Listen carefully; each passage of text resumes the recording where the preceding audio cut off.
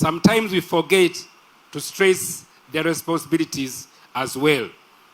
The rights the children have, they have a right to life, but they need to be reminded also to be mindful about their lives, to protect their lives. Their right to education is a right that you have to promote.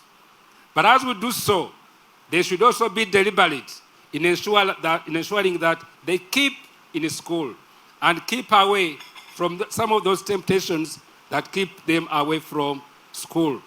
They have a right to health care, which we endeavor to provide, right to no abuse or exploitation.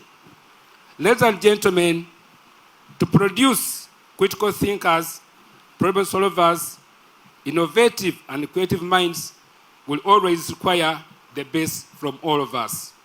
Allow me to extend my appreciation to UNICEF and the various ministries and partners for being at the forefront of giving children lifelong skills.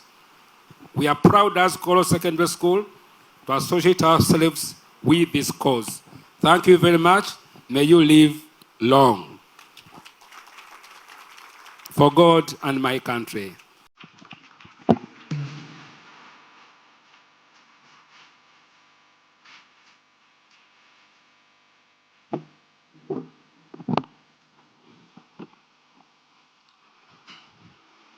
Your Highness and distinguished guests, ladies and gentlemen, that's my head teacher. That is my head teacher.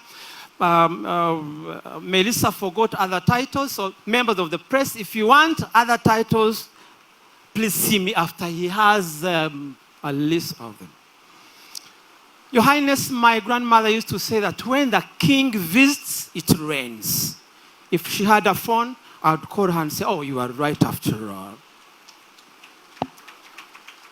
When I was introducing members, some of the distinguished guests were not here, so allow me, friends, to welcome the Swedish ambassador to Uganda. She's right in our midst.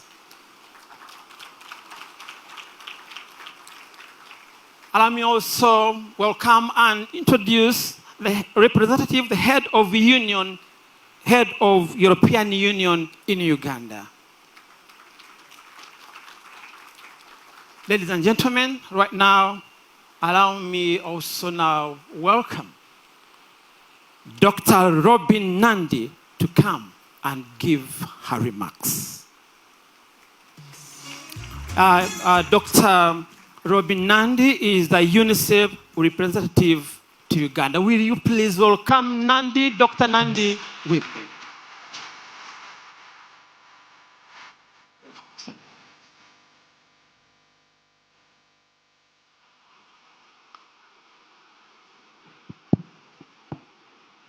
Your Royal Highness, the Chabazinga Buzoga, our chief guest, thank you for gracing this occasion. The Deputy Prime Minister, Kingdom of Busoga, our dear representatives, honorable representatives from the Minister of Gender, Labor, Social Development, and from the Ministry of Education and Sports, our dear development partner, Ambassador Maria Håkansson, Ambassador of Sweden to Uganda, Ms. Caroline Hedström, Head of Cooperation and Deputy Head of Mission, European Union here in Uganda, the head teacher, students of Kololo Secondary School, thank you for hosting us all on your grounds. You are the actual host of this, this day. My dear colleagues from the UN and UNICEF, and above all the children present here today who we are celebrating on the occasion of World Children's Day. Good morning, everyone. Today, I'm honored to stand before you and as we jointly celebrate World Children's Day 2025, to remind ourselves, why is World Children's Day so important?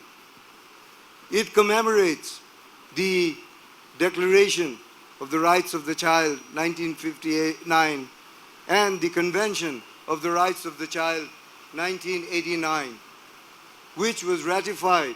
It is actually one of the most ratified UN convention globally in history. And the Republic of Uganda ratified the Convention on the Rights of the Child, or the CRC, in August of 1990. So today, dear children, we are celebrating your rights. This day is here to remind us that every child has the right to health, education, protection, and very importantly, participation. And that everyone, all of us, have a responsibility to ensure that these rights are fully respected and that no child is left behind. The Republic of Uganda has made remarkable progress in furthering the rights of its children. Child mortality has reduced. More children have access to health and education services. Childhood immunization rates have improved and has reduced the incidence of outbreaks of vaccine-preventable diseases. Several child-specific policies and strategies are in place, including child-friendly judicial practices. Despite this progress, ladies, gentlemen, and children, we must reflect on the work that still needs to be done in this country to protect the rights of children. Approximately 4 million young Ugandans aged 18 to 29 years in the country are not in education, training, or employment. This represents above 40% of the youth population. A quarter of adolescent girls experience pregnancies in their adolescent years, sometimes multiple times. This is a huge crisis when young girls who are still children give birth to children. And here I really want to thank and acknowledge the role of the Chabazinga of Busoga, His Royal Highness, for taking up the cause against teenage pregnancies in the Kingdom of Busoga. Moving on, an estimated 6% of children who begin primary education at P1 complete secondary education at S6. So while there are a lot of children enrolled in education in the country, there are a lot of dropouts along the way. And then there are the uncomfortable issues of violence against children, including sexual exploitation and abuse in communities, in families, and also in institutions. We have to be mindful and recognize these, because if we do not recognize it, we cannot move towards solutions. Uganda has one of the youngest populations in the world. Over half our population are under the age of 18. This is not a challenge to overcome. This is a great opportunity. An opportunity to turn the so-called demographic dividend towards economic development and overall development towards the goals and objectives of National Development Plan 4 and Vision 2040. When we invest in children, we invest in their future, we invest in Uganda's future. What have we learned as we prepared for this occasion at World Children's Day 2023? When we listen to children, we hear their solutions to the problems that their communities face. Through engaging children in identifying solutions to the key problems they face, we supported multiple subnational boot camps in places like Soroti, Fort Portal, and here in Kampala. We had in these boot camps, we learned from children themselves how malnutrition can be prevented with urban gardens grown in recycled tires. That girls can stay in school when reusable sanitary pads are available and affordable. That deforestation can be reversed with eco-friendly briquettes and sources of fuel. That plastic waste can become beautiful shoes and crafts. That music and guitar making can heal young hearts and create livelihoods. That water hyacinth, which is a menace in our lakes, can become clean cooking fuel. These are not just ideas. They are working prototypes developed by young people, children and young people themselves, aged between 9 and 25, using analytical thinking, creativity, and courage. The 24 finalists are here today, and you represent thousands of children across Uganda who dream of a better future. You have analyzed problems, brainstormed solutions, built prototypes, and refined them based on feedback. You have demonstrated skills that many adults struggle to muster.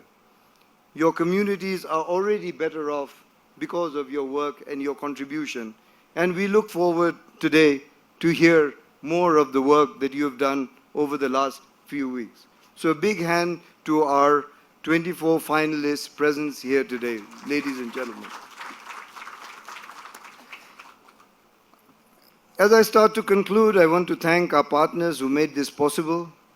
This is a government-led initiative, a Ministry of Gender, Labour and Social Development, Ministry of Education and Sports, and of course, our hosts here at Kololo Secondary School, and our development partners, the Government of Sweden and the European Union, have been steadfast supporters of the children's agenda here in the Republic of Uganda. Special thanks also to our 5 young judges today who are going to make the final judgments on who the winners are of our Innovation Challenge. I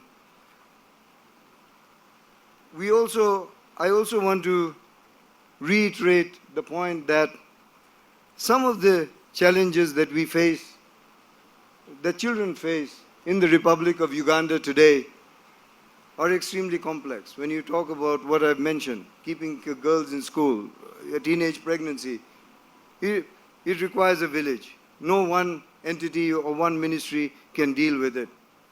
We need to bring in multiple stakeholders. And here I want to call out traditional leaders. We already have our cultural leaders engaged, but also the private sector, who have a huge role and an interest in furthering the rights of children in the country. Children are your future employees and drivers of economic success of both the private sector, the public sector, and the country at large. To all the children watching and listening, whether you participated in the boot camp or not, whether you're in school or not, whether you live in cities or rural area, I want to give you the message that you matter. Your rights matter. Your dreams matter. And Uganda needs your voice and your creativity and your courage. You know how to solve problems perhaps better than old people like myself. So please keep innovating, keep thinking, keep contributing to your community.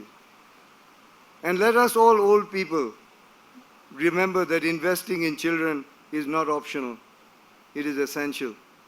Let us create more spaces where children can learn, innovate, and lead. Let us ensure that every child, regardless of their circumstance, has access to education, health, protection, and opportunity. The quote of the theme for today's World Children's Day celebration is "My Day, My Rights," and it is indeed your day. So we commit to standing with you today and every day as you claim your rights and build the future. Thank you very much. and all the best.